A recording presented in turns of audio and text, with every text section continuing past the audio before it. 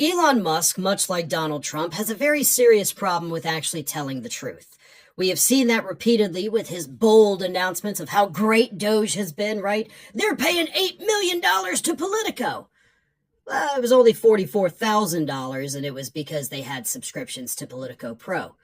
We've cut $80 billion from the federal government, he said a few days ago.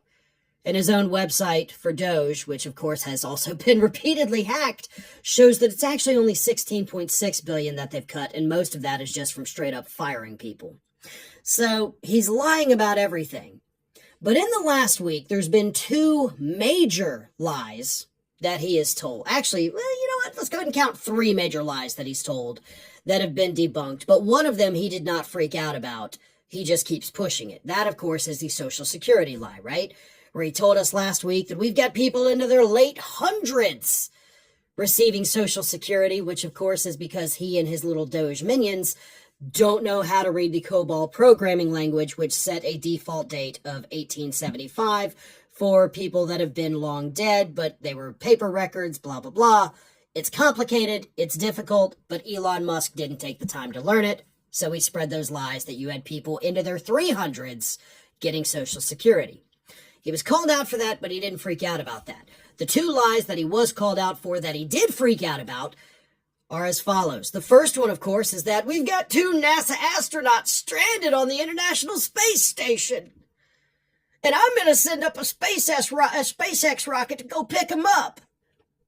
Trump has touted that. Musk has touted that.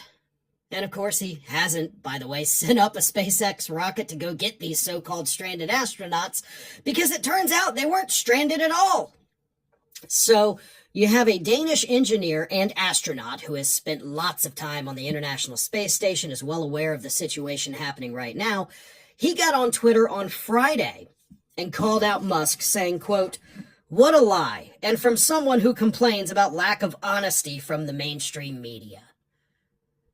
Because this astronaut, Andre Mogensen, I'm sorry, I'm probably greatly mispronouncing that name, my apologies, but anyway, Mogensen knows what's happening, and he knows that these astronauts are scheduled to come home in March.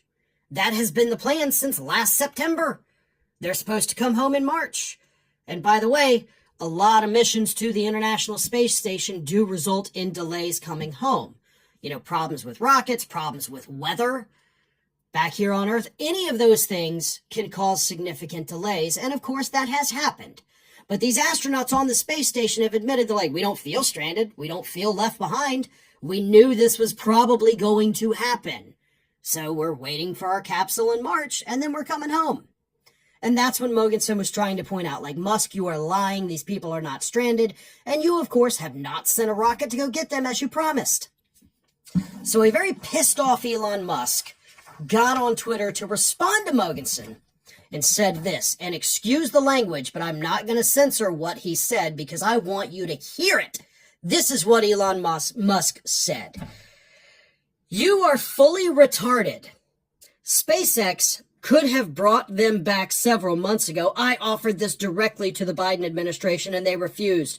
Return was pushed back for political reasons. Idiot." Just absolutely deranged behavior from Elon Musk. The astronaut then replied, "You know as well as I do that Butch and Suni are returning with Crew 9, as has been the plan since last September.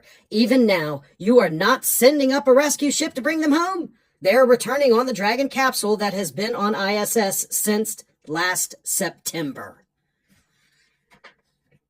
So Musk got caught lying, and his response was to use slurs against this man, who is clearly far smarter than he is, and to tell him that he's an idiot. So he responded back calmly, coolly, calling out Elon Musk even further and explaining to the public what happened. That was not the only freak out Elon Musk has had in the last week. He also got on Twitter to repeat a lie from Donald Trump, claiming that Ukrainian President Volodymyr Zelensky has a 4% approval rating. Right? Trump's been saying that. He's a dictator. He's got 4%. He won't even hold elections.